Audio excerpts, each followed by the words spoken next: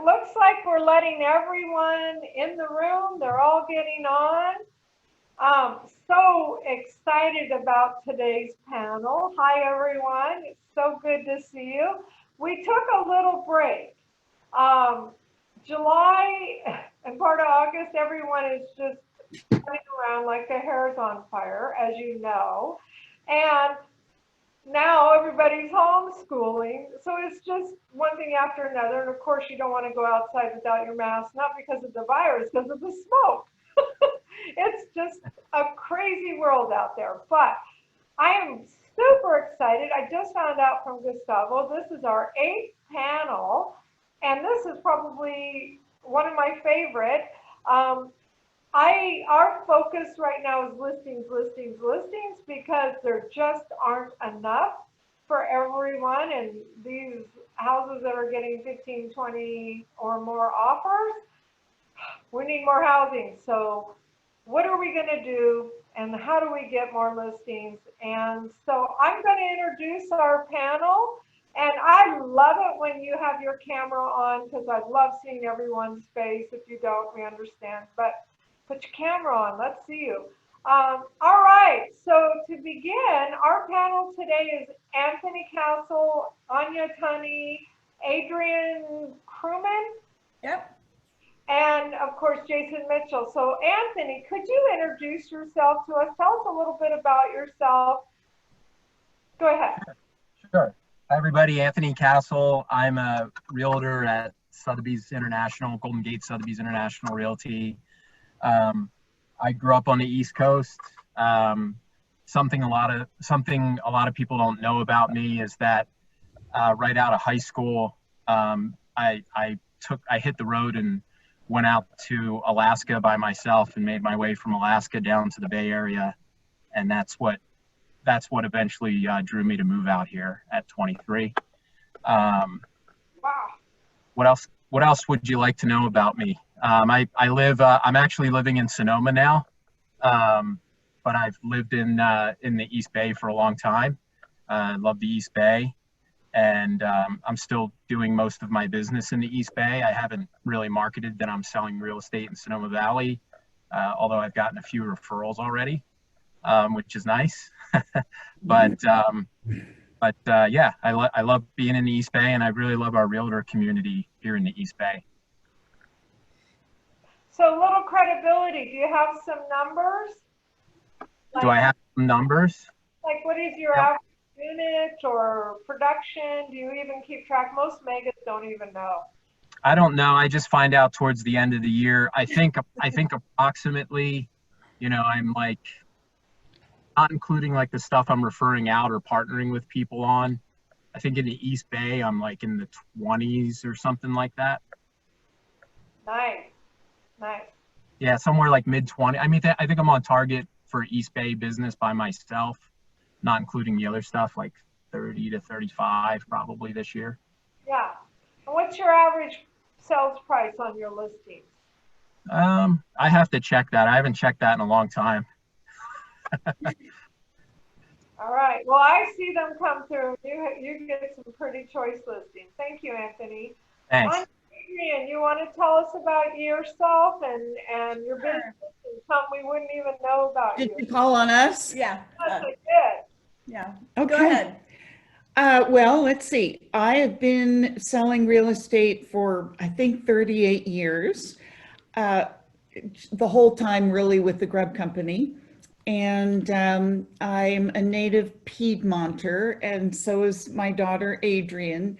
And she and I are partners now, which is fantastic because she gets all the young kids and I get all the old kids. But let's see, I think the weirdest thing about me is that I used to be a stunt car driver in Hollywood. So flipping cars over and crashing them. Yeah, and it's a bit bizarre, but I honestly did that. That is amazing. Yeah. Yeah. And I've been in the business for almost 20 years now. And so I guess they're still young kids, but and right now I'm just trying to get my kids homeschooled, which is really, really difficult, being having a full-time job. And, you know, we're working a lot now. We always are, but it just feels crazy right now. Crazy good, but crazy. Right.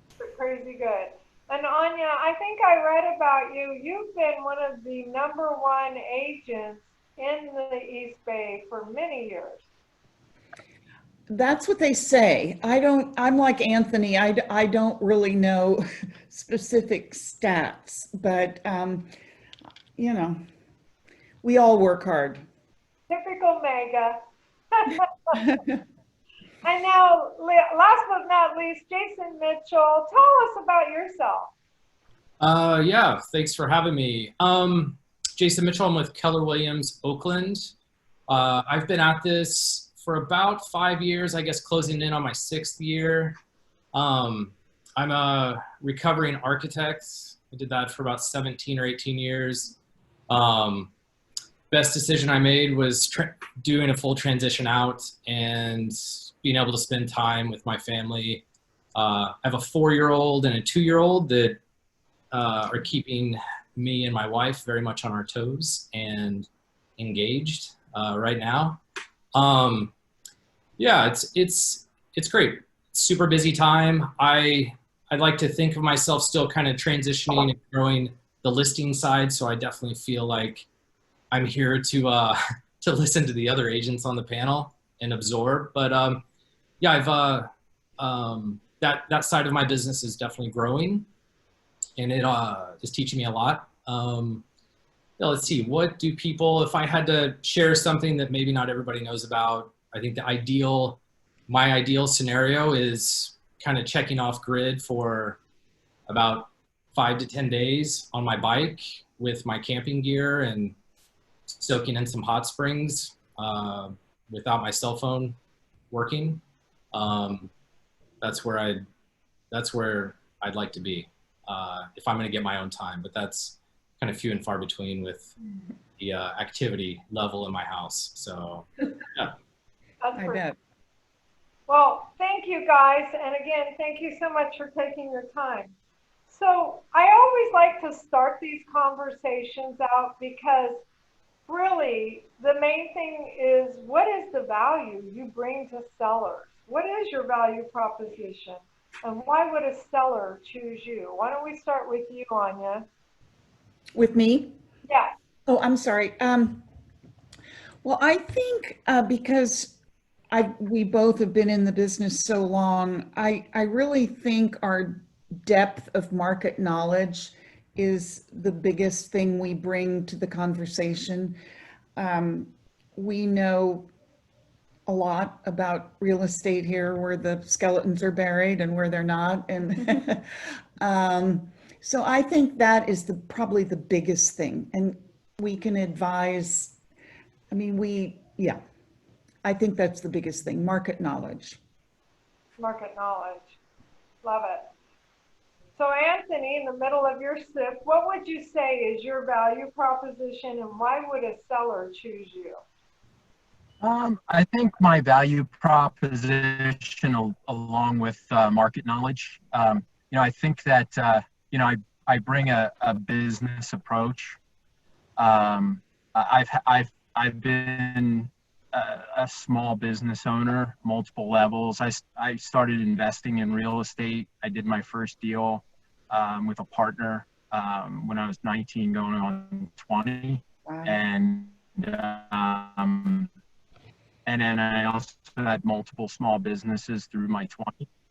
And, I take that and then combined with, I always have to keep the business Anthony in check and level that out with the personal Anthony when I meet with clients. And I think I've been doing a really good job of that lately, where I'll meet with clients and really understand what their goals are.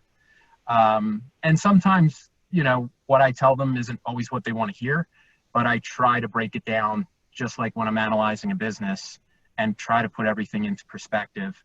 And it's not always about the highest sale price, even though that's nice. I mean, I'm as a business person, I'm more concerned about net income than I am gross. But you know, it's about meeting all their goals too, and making sure, like, if I put myself in their shoes, I feel like I'm doing the right thing for them 110%. And I feel like that whole package, you know, and gives me an advantage sometimes. Did you get all of that? We did. It's a little choppy, but it's good. Okay, sorry about that. I hope it's not fault. We'll work. It'll work. We'll work around it. Jason Mitchell, what would you say is your value proposition? Why do sellers choose you? I think I take in my business, my approach is a very relational based business. I'm not really a transactional based agent. That's not the kind of business I want to run. So I lead with that. I also encourage and, you know, while I'm not offering architectural advice anymore, I make sure they understand how, when listing a property, what they put into it to help, you know, garner the most interest, which will also garner the most, you know, highest and best and attractive offers, which aren't always highest price. You know, of course, we all know there's terms. And then how to, you know, be clever about how you, where you spend your money when you're prepping your property and what the return on investment might be. But then also just, I'm a pretty big statistics data geek. I really like numbers. And so I make sure that I have those and I'm presenting those and I make sure they understand it so that there's right from the get-go, there's some expectations that we all are speaking, coming from a similar place. Got it. Love it. So in order to get in front of sellers, you obviously have to lead gen. Everybody does. That's the nature of the business. Of course, you could get to a point where lead gen is no longer necessary because you just get so much referral business. And I love that. But in order for you to get in front of the sellers, what kind of lead gen are you doing? Anian and Adrienne, what are you doing? We aren't using too many lead gen programs now. We really work our sphere of influence. We really, we work really hard to keep in touch with past clients and just really do a lot of, you know, social brokerage marketing of ourselves. Mm-hmm. Mm-hmm. Yeah, I think that's the #1 lead gen. Seriously. Yeah.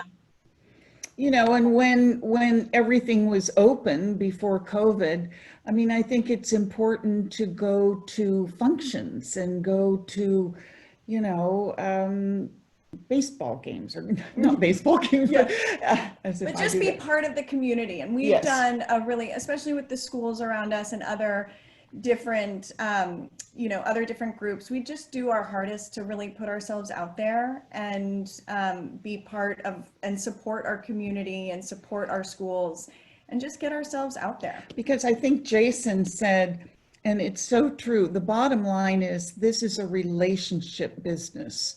And relationships are so valuable and we nurture them a lot.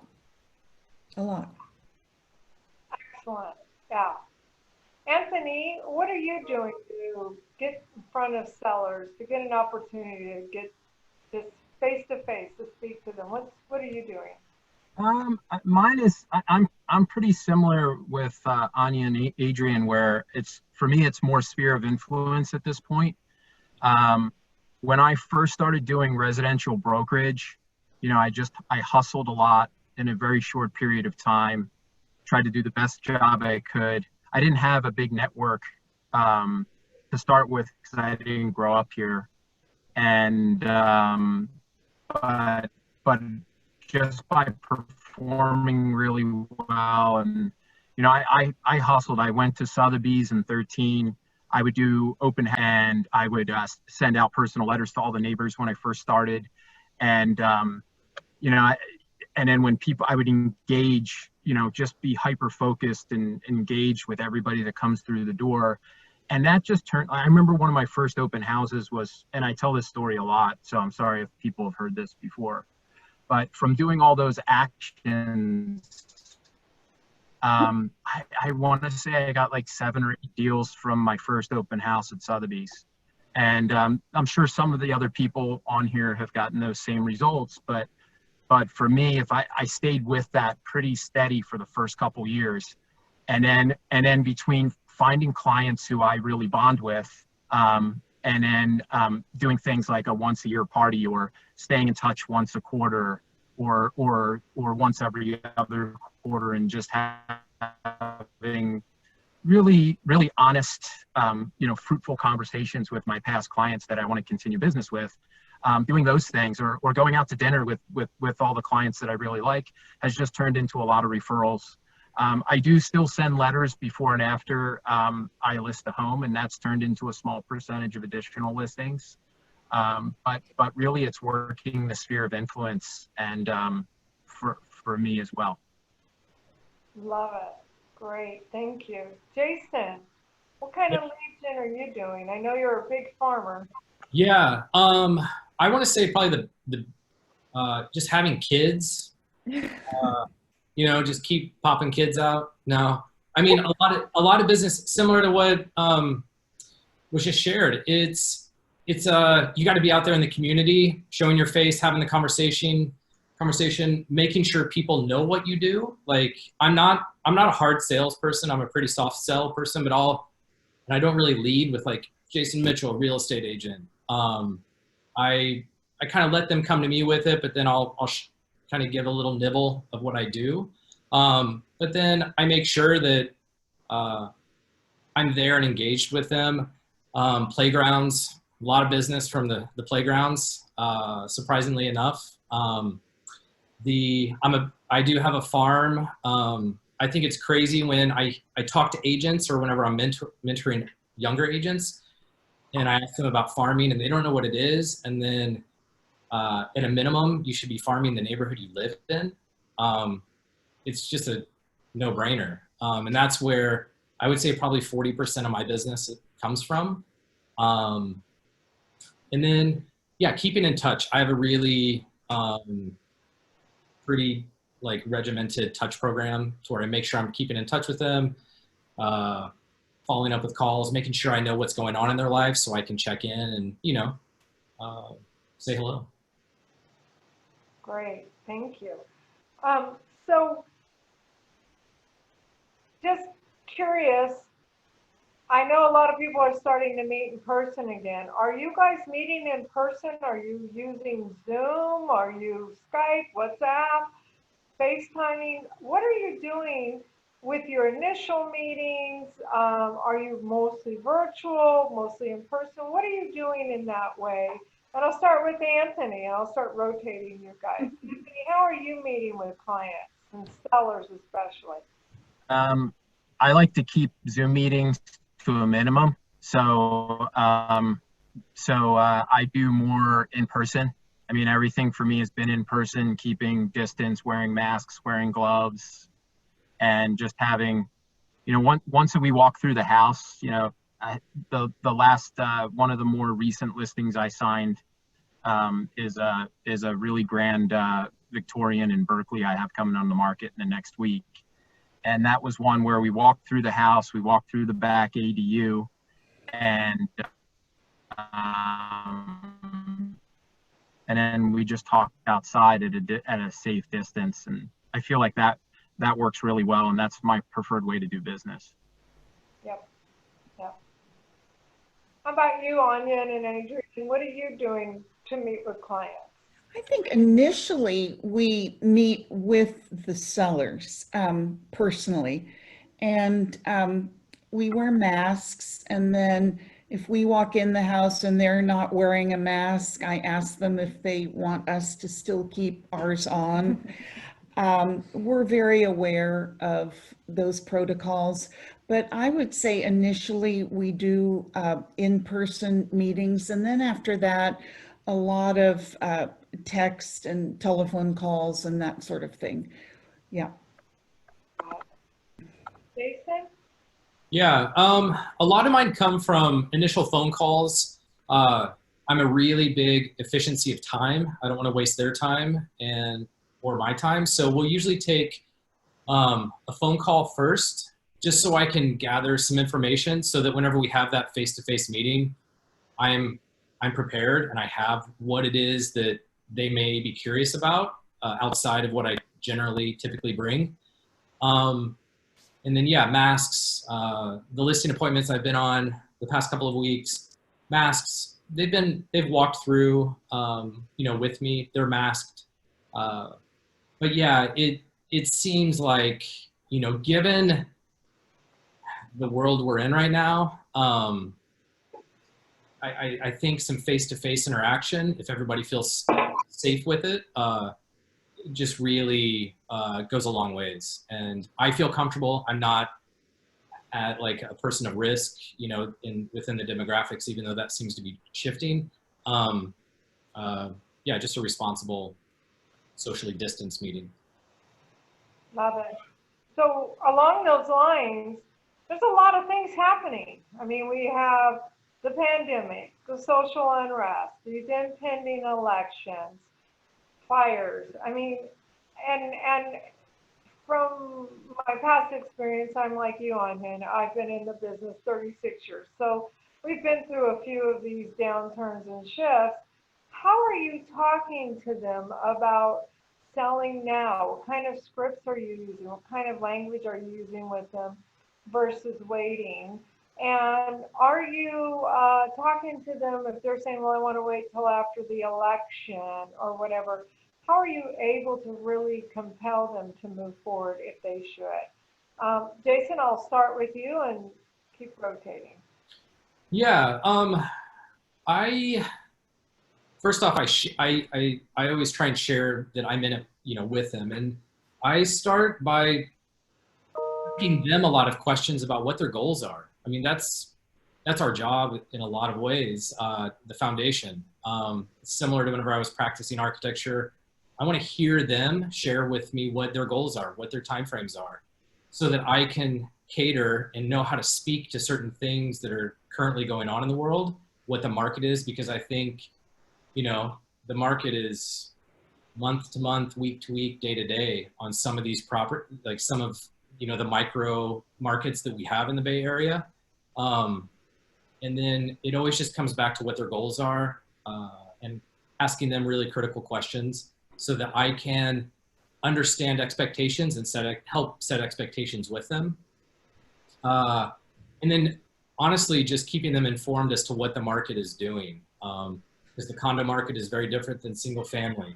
And, you know, various parts of different, you know, the inner East Bay and La Miranda markets are very different also. So yeah, everything's changed because all of a sudden, you know, a lot of my clients, buyer clients that I've worked with are, you know, we need to be close to BART for the shuttles to get to the peninsula or the city. All of a sudden those conversations changed and goals have changed for a lot of people in the past 6 months. So really understanding those. So let's say a seller says, I don't know, this is weird. Maybe I'll wait till they have a vaccination. What do you say to them about that? Yeah, I'm having that conversation a lot. And, you know, none of us obviously know when that's going to happen. I think realistically, I'm not a doctor or, you know, viral, but I go realistically, we're probably a year out from confidently having that scenario. We have the election to navigate. We have a lot of government stimulus happening that we don't really know what it's going to look like when that stops. And then I talk to them about what the market is doing right now and what we know. I don't have the crystal ball of what it's going to look like in 6 months. And one of the questions that I get a lot of mileage out of is just asking them, if we do see a larger downturn than, you know, for like the cycle, you know, real estate is a cycle, are you willing to wait it out and maybe leave $100,000 on the table? And what does that look like? Are you willing to hang on to it to progress through that dip? And asking them questions like that I don't think that they've run through, that I think are helpful. And that way I can adapt and come up with a game plan, a marketing plan, and know when and how, what their intentions are. The other thing I'm running up against is inventory is tight all across our country. And so a lot of these sellers, I've probably been on 5 listing appointments in the past month and a half, few weeks. And they're all like, well, we want to sell, but we don't know where we're going to go. And that's, because a lot of my seller clients are ones that bought with me or are, younger, trying to figure out career-wise. Maybe they're remote forever, maybe they're not. And so they're like, I don't know. So yeah, only sharing with them what I know. Love that. Anian, Adrienne, what kind of language, what kind of scripts? And I say scripts loosely. No one is in there going, and so you should, they're not doing that. But you have incorporated some ways of speaking that you're speaking to sellers, and what are you saying to them when they're when I first, and you probably remember this, when I first got in the business, interest rates were 19%. Oh yeah. And we were doing wraparound loans, and I couldn't do a wraparound loan now if my life depended on it. I wouldn't know what to do. But it was an entirely different economic environment. And what people, maybe they realize it, but I reiterate that these interest rates, as a seller, these interest rates are going to probably get you a lot more money than you would at another time. And so it is a good time to sell, even if you don't know where you're going. And, if people want to wait till after the election, that's fine. But I always say there's no time like the present. And if you know that this market is strong, which it is, and you could sell now or sell later, I don't know. And there's also so many data points to show you should sell now. If it's part of your plan, don't wait. The number of offers homes that are properly presented and properly priced, the number of offers they're getting is the data, and so I think people have to be very careful in this environment not to overprice. But if you're priced properly and presented well, we know we have data to prove it's a good time. Great. I love it. Yeah, Anian, you and I talked about in '89 when interest rates went to 9.5, we were jumping up and down. Yeah, right. Single digits. When my husband and I refinanced, I think it was at like 11 or 12%, we were giddy. So that helps us give you guys some perspective of when we were in the business in the 80s, what we were dealing with. Yeah. So 3% to us, and we have buyers complaining because they're not at 275. We're like, shut up. Yeah, exactly. Anthony, talk to us about how you're talking to your sellers and helping them to navigate through this. Well, obviously the first question is, why do they want to sell, or why are they considering selling? If it's more from an investment side or a personal side, nobody has a crystal ball. It's if you were to ask me what our market's going to be like next spring, I have no idea. And anybody that says they do, you could speculate all day long, but you can talk to financial experts, financial professors. Most of the people that make predictions a year out are even having a hard time now 1 to 3 months out.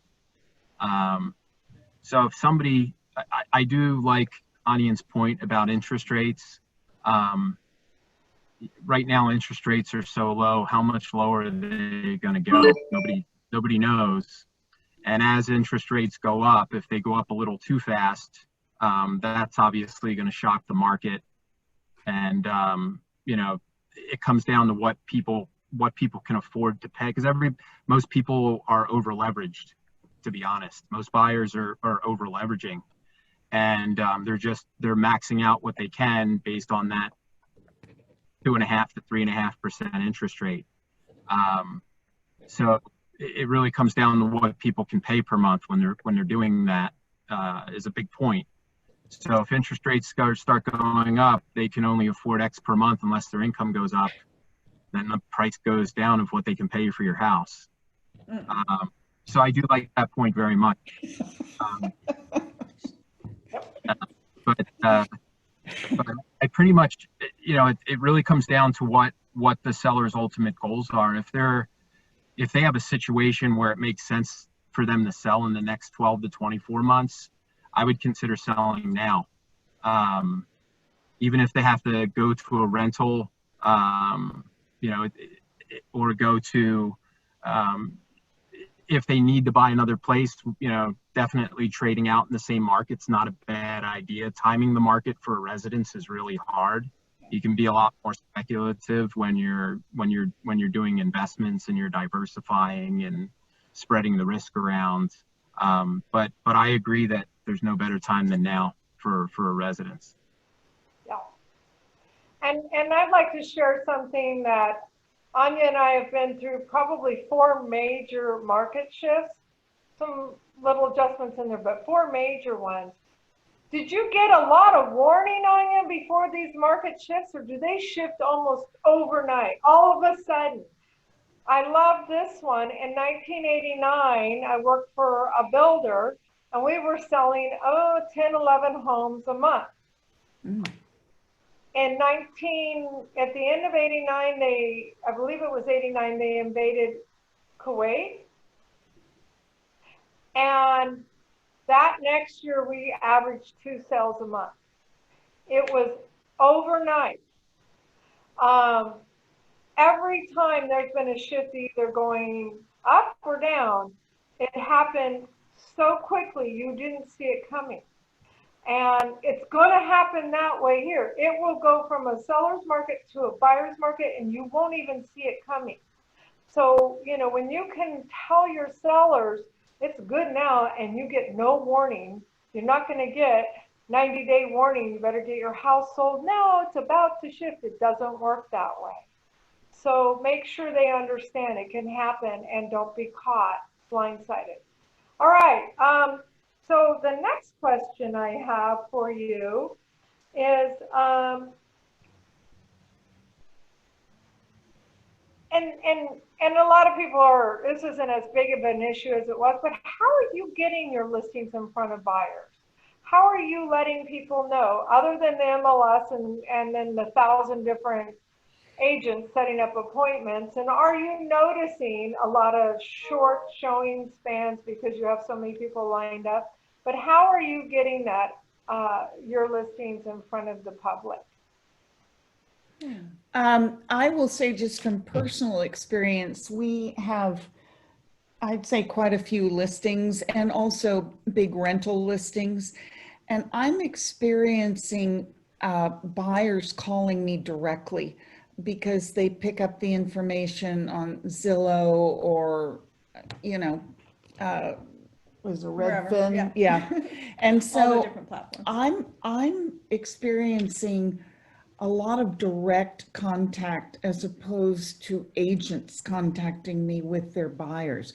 It's so odd because we used to be able to just willy-nilly show houses, and now we have to jump through hoops. And of course, open houses, as Anthony was saying, they were our bread and butter and we love them. But it's shifted a little bit. Buyers are taking more responsibility to reach out and contact agents. So interesting. That is especially listing agents. like they'll see it on Zillow, but then they'll Google it to see who's the true listing agent because they know the Zillow agents are not. Right. Yeah.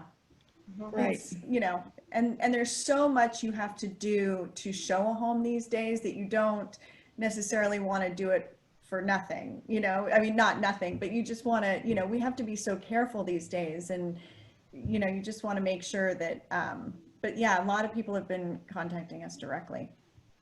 That's great. But then all the other,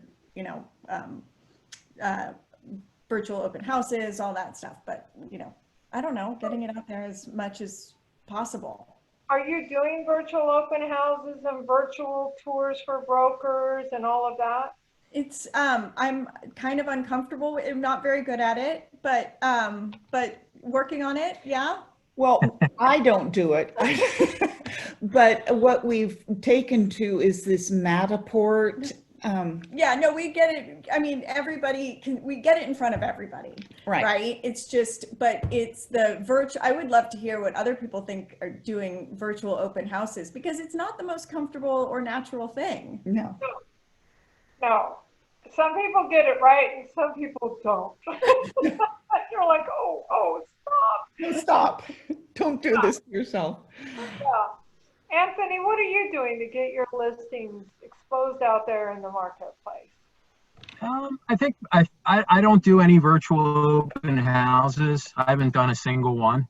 I'm a bigger fan of really sexy video, keeping it short and getting somebody really excited about that. And then pictures and, giving the floor plans, I think, is really important. But I just never subscribe.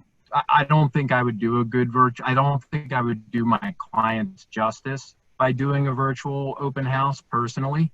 I don't think it shows the property well. I'm also very, very selective on the homes that I do a Matterport for. I think sometimes the Matterport's overdone. I think there's many homes you shouldn't do a Matterport. That's my opinion. Doesn't mean I'm right, but I feel sometimes it makes the house look worse than it is.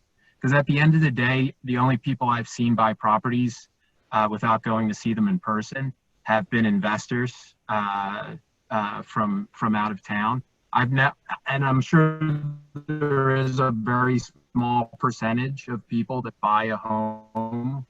I've never met them, and I'm playing the percentages in my favor. So I want to go there because they might see something from their home computer that looks bad to them at home, and the more of those they see, there's a possibility they may not show up to the house at that point. And it could be a whole different perspective, and it is in person. I mean, we know that. And then how I get that information out there is, I do social media, Facebook. I have somebody that does it for me. Between Facebook, Twitter, LinkedIn, Instagram. I don't do as much print advertising as I used to. Print advertising, I think, is probably still really good to get listings more than buyers. I still send letters out to the neighbors before I come to market, and that has attracted some buyers for properties. I try to do I still like being the featured ad when I can on ad review. I get people that respond to that for coming soon. I think that still works really well. I like to do a lot of coming soon advertising. I always have, because I like to have the build up from day one. What else do I feel works? I still use Top Agent. I still put phone calls out there to people that have buyers from another sale down the street. I do a little bit of reverse prospecting still. And then just making sure it's on all the websites, and I do multiple MLSs. I still belong to SF MLS, and that doesn't have the same advantages as it used to, but I still think there's some advantages to that. That's all I can really think of off the top of my head. Wow. That's amazing, Anthony. And you're right. SF MLS is actually a good idea right now because a lot of buyers are coming over from San Francisco. Yeah. Yeah, especially with these. I notice a lot of agents over there, whether you call it a hot sheet, they used to call like certain things hot sheets, but even how their searches are set up with agents over there, if you post it on that MLS, sometimes the agents won't see it on the East Bay MLS. They'll see it through, you want to call it. So that's why I like still being a part of the SF MLS for that reason. Great. Jason, how are you doing this? How are you getting your listings in front of people in this time? Yeah, all the same ways that were just shared. Making sure, especially with the tight inventory that's happening right now, that the day before it goes on, putting it on TAN, Facebook, Instagram ads, my brokerage has a really good integrated like syndication that helps disperse it in an efficient way. So I get in front of a lot of people that way and get a pretty good cost per click with that. I've done a few virtual open houses. Who knows? If anything, it's not so much for the actual like moment that you're in it. It's more of future sellers are like, oh yeah, I saw what you did and you're hustling. You're putting in the energy. We want to work with you. And you're going above and beyond. I think video, I've been working with some videographers to create specific property videos in which I'm actually in and narrating and talking about it. That goes a long ways in building up a portfolio for the sellers and how you market. The virtual open houses, you know, I probably get a handful of people on there. Usually it's my mom, like saying hi, and that's always, and then, yeah, just the traditions. Yeah. I mean, it's almost like, oh yeah, I need to call her tomorrow and check in. I think it's just a very strange environment, making sure that you're doing every single thing for your seller to make sure that, you know, like you were saying, that they see the hustle, because we really want to, but it's just such a different environment, and trying to learn all these different things in 4 or 5 months and making it really effective is, you know, it's been a big learning curve, and, you know, we're all doing it, and that's why we're on here. And but it's been a time of growth. Yeah. Time of growth. I'm going to talk about, you know, I always think this is a fun question. It may not even apply, but I think it's always adds a little bit of entertainment value. Tell us about some of your most interesting or successful transactions, especially since all of this began, or even before. Just some really, you know, I sold a Lakers house or something like that. You know, what have you done that's been? We had an unusual thing happen to us earlier in the year, where there was a great house in Piedmont that was listed for 4.2. They had about 5 offers. The winning offer was 4.6, and our clients were 4.550, and we didn't get it, right? Contingencies free, et cetera. And then about 3 weeks later, the new owner called me and said, "We decided we made a mistake. Would your buyer like to buy the house from us?" And I said, "Well, yeah." And so we negotiated a lesser price, and my people just stepped right in and bought it. Wow. I've never had that happen before. 2 sales in 4 weeks of the same house. Yeah. Oh, And I think appraisers are probably, their heads are spinning. They don't know if they're seeing double in the MLS or solds or what, but that's what happened. Yeah. yeah, so you just never know. Can happen. Yeah, and the original seller ended up losing $300,000, but he, you know, it was the price he had to pay to get out of a mistake. So There you go. there you go. Anthony, what tell us about a interesting or fun deal you've done? I think recently I just had deals right as the shelter in place was happening, and I had a decent size listing in contract around $3 million right as that was happening. And you know, I think it was just a very interesting dynamic, and the agent on the other side did a wonderful job. Just because it can be a little shaky, you know, when something, I remember back during the mortgage crisis, even though I wasn't practicing as a broker, as an agent at that time. You know, it seemed like there was quite a few people walking away when that switch flipped. And so of course, you know, my clients, you know, keeping them very calm and, you know, just talking through everything with them, because they were on their way to Hawaii for the new home they bought.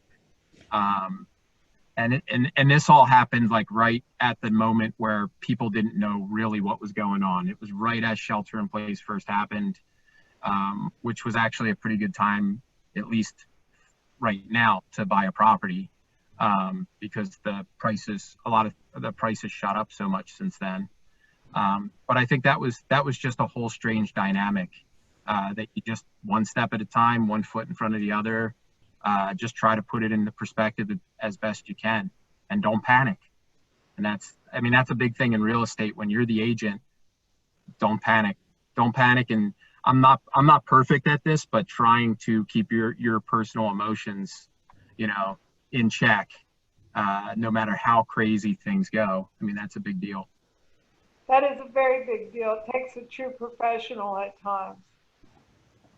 I've seen top agents, when this first happened, spin out, just lose it completely. And I've seen others that just kept going and showed up for their clients. So yeah. Yes. So Jason, have you had anything interesting or an unusual sell or?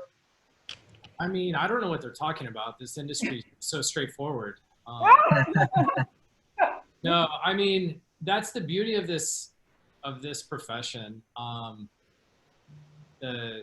Being adaptable. I had to learn, you know, and I focused on that the past couple of years. I'm still like gaining my experiences and knowledge and failures and successes and how to, you know, build on that and carry those forward, to really leave my emotions at the door and make sure that I'm just empowering my clients to make decisions based on what we know, and staying calm, because a lot of ways, like that's why they're working with you in a lot of ways, is to give them permission. And if you don't have like the mental game, and you spin out, it's gonna be a disaster. You inform them, I give them the information, I let them make the decision, so that I can still sit across the table from them and have a beer and, you know, Yep. them in the eye. I think definitely I think I'm still learning. Definitely an interesting moment whenever shelter in place went in and I had a couple of listings that offers were March 14th. Oh. And it's like all this interest just like vaporized, and then having to manage and pivot and make sure sellers knew what to do. And then my buyers kind of knew how to pivot, because all of a sudden you couldn't get a 10% down jumbo loan and this, and no one was servicing loans. And so pivoting quickly. So that always makes for an interesting time. But that's where relationships with vendors and lenders and getting creative and being able to be like, no problem, I got this, talk to this person, this person, this person. It always makes for interesting, but patience is critical, and being present, and not retreating, showing up, is the kind of the solution for any weird, interesting moments. I think we have a few more ahead of us. I mean, every one of them is interesting in my book. I agree. We do have a few more. So follow up, right? That is where the fortune is. How do you follow up with your clients? What are you doing to have a seller that's almost there, but you want to keep in contact? What are you doing with that? Drip campaigns, phone calls, whatever. Anian? Well, we do a number of things. We do send out postcards all around the neighborhood with a coming soon or with a sold. We both keep in touch on the phone. We write notes. you know, it's just the interaction constantly with people that you work constantly to be out in front. And again, it's a relationship business, and that's what we do. But there's a lot of discipline that goes into having an actual schedule of reaching out to people. Right. You know, it's not, you have to really put in the time. That, no truer words have been said, Adrienne. It is a discipline, and you schedule it, and you follow that schedule. It is repetition, repetition, right? Groundhog's Day. Who am I following up with today? Right. Yeah, love it. Anthony, what are you doing to follow up with people? How do you keep it top of mind and keep them connected to you? I mean, they do see my emails of properties I have coming to market, even if they ignore most of them because they get tired of them. They're at least know that I'm still active in the business. And I try to contact my client, the ones I want to keep business with and get referrals from. I reach out to them typically by phone or like a more personal email, at least a couple times a year. They see my social media posts. I'm friends with most of them on social media. So they'll see the Facebook posts. I'm friends with most of my past clients.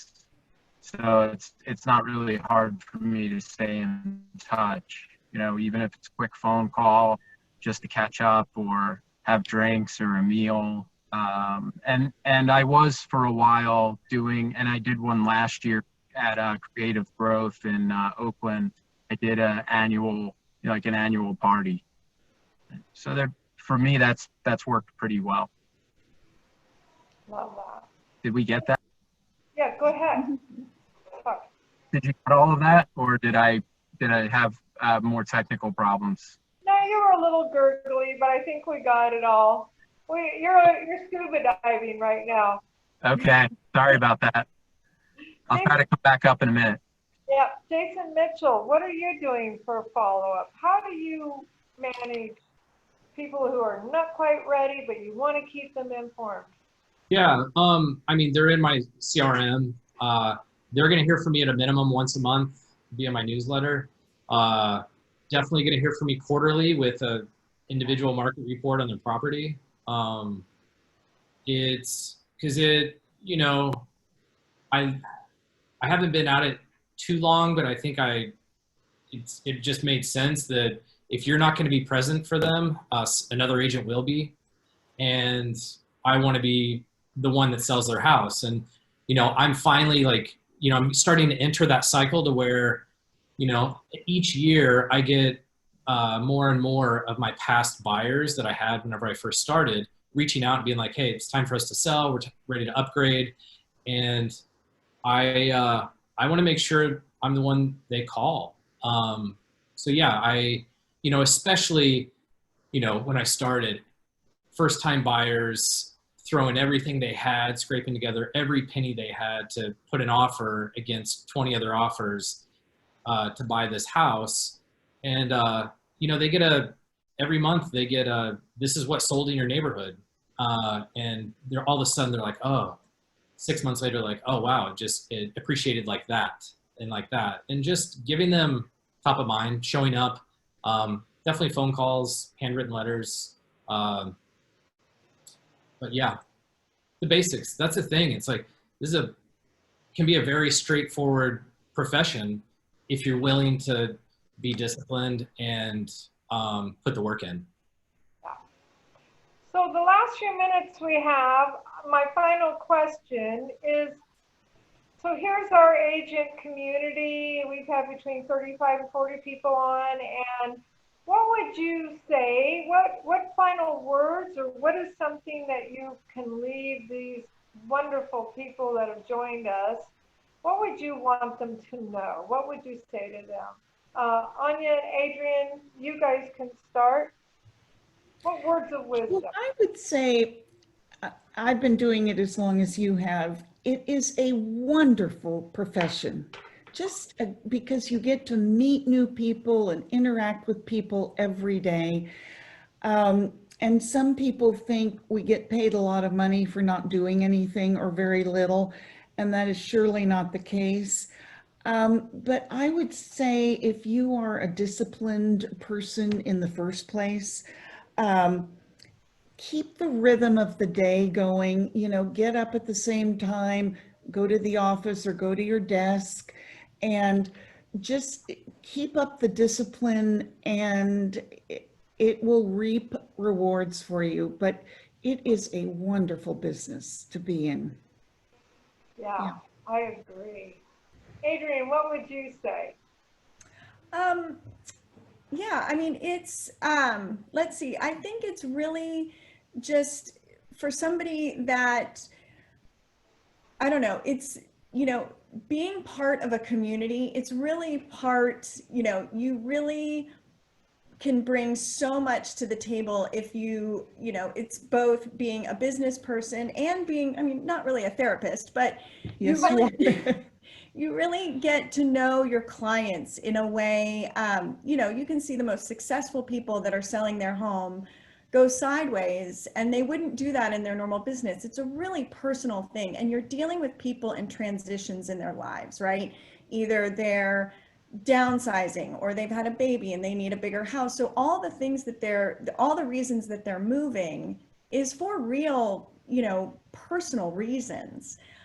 So to be there for them and just, again, the discipline is huge, and it's huge during COVID. Yeah. I mean, you really have to keep it together. Mm-hmm. But yeah, it's been, I've enjoyed it for the last 20 years. Yeah, yeah. Anthony, what would you say to our beautiful community of agents? What wisdom? On top of what has already been said, I think, just continue to stay positive. Being negative doesn't really get you anywhere. And, complaining doesn't really help. I've never seen it help. I think for the agents that are newer, try, like at least 5 different ways to generate business, and the ones that feel the best and you're really liking and you're getting a return on your time, just focus harder on those, maybe 2 to 3. What else would I like to say? I haven't marketed myself up in Sonoma yet, but keep me in mind for Sonoma Valley and Napa proper and some select areas in Napa, and even outside those areas, if you call me, I'll point you in the right direction if it's not an area I know really well. I love it. Thanks, Anthony. We will. Jason, you'll take us home here. What words of wisdom do you have to say? I mean, I agree. I think this is an incredible profession that even I'm discovering every day. I think it very basic is show up and keep it simple. Identify your one thing, master it, add to your toolbox. Don't be distracted by shiny objects from a business perspective. But then from an emotional and personal perspective is I come from a place where I feel like everybody, the architecture world, engineering, construction, seemed like a lot of the people I was with were similar place type of people. And the beauty, I think, of this industry is the access, who and what we're exposed to as far as the diversity and the people and the community that's there. And I think a majority of the community, we all want to see each other succeed, and we all want to see a win-win. And that actually was strangely kind of a surprise to me when I came into it, and it's just cracked my world open. So embrace that is what I would say, because it really is what I've learned in 5 years is more than I learned in the previous 38 years. So yeah, it's great. Just be open to it and have fun. Have fun. That's it. So yeah, final words. Have fun. Thank you guys for showing up for our panel. Thank you. Thank you. You did a fabulous Thank you. job. We'll see all you guys in a couple of weeks. We'll announce the next panel as soon as we have one. Thank you all. Goodbye. Thank you. Welcome. Bye. Bye. Bye. Thank you. Thank you.